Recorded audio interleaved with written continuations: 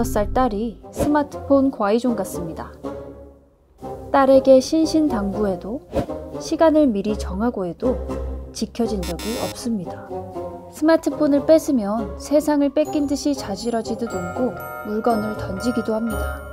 사실 딸을 출산하고 한동안 산후 우울증을 겪었는데 아이를 돌보기가 벅차 하루 종일 텔레비전을 켜두고 툭하면 스마트폰을 보여줬습니다.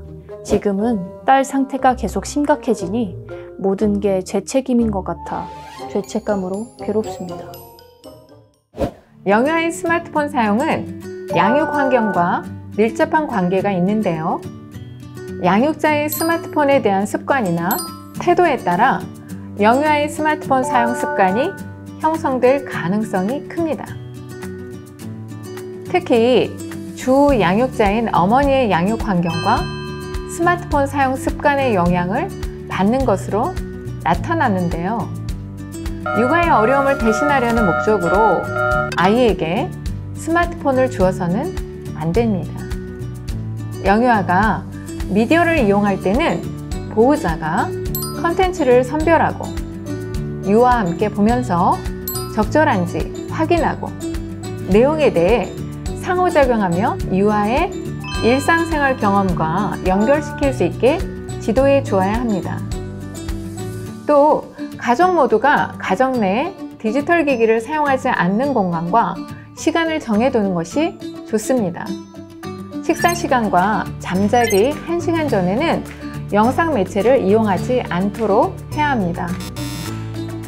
보호자가 자녀에게 보여주기 적합한 컨텐츠를 선정하기 위해 다음 체크리스트를 함께 살펴볼까요?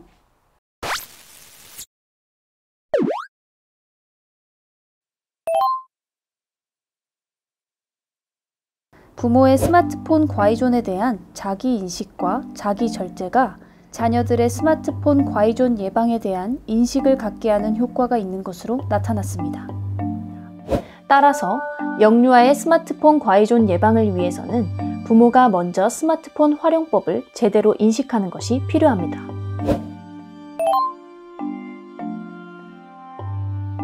영유아와 함께 있을 때 보호자는 스마트폰 사용을 최대한 절제해야 합니다.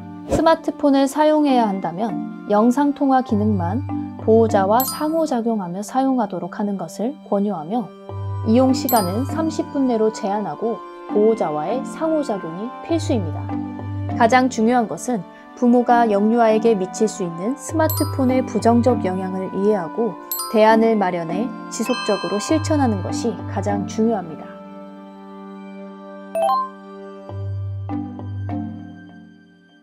스마트 기기 대신 동네 산책하기, 놀이터에서 뛰어놀기 등 실외 활동을 늘리는 것이 좋은 방법입니다. 실내에서도 할 수 있는 것들이 많은데요. 아이들에게 책 읽어주기, 아이들이 좋아하는 활동이나 놀이를 부모가 함께하기, 청소하기, 요리재료 다듬기, 빨래 널거나 개기 등 집안일을 함께하는 것도 권유합니다.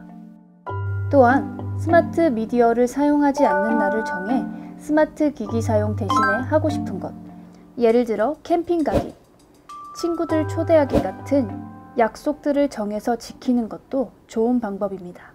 스마트한 가정 환경을 만들기는 쉽지 않을 수도 있습니다.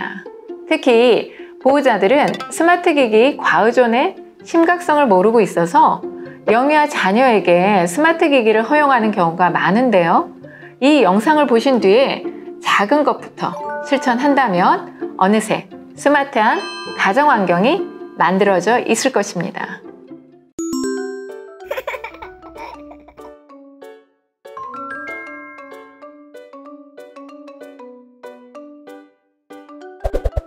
오늘 내용을 학습하면서 영유아 시기에는 보호자의 역할이 절대적이라는 사실 또한 다시 한번 상기해 봤는데요. 애 앞에선 찬물도 못 마신다. 자식은 부모의 거울이다. 라는 말처럼 아이는 부모의 모든 것을 배우고 모방합니다. 힘들고 지치시더라도 중요한 시기인 만큼 우리 아이들이 스마트폰 과의존에 빠지지 않고 스스로 올바르게 사용할 수 있을 때까지는 부모님의 관심과 격려가 필요합니다.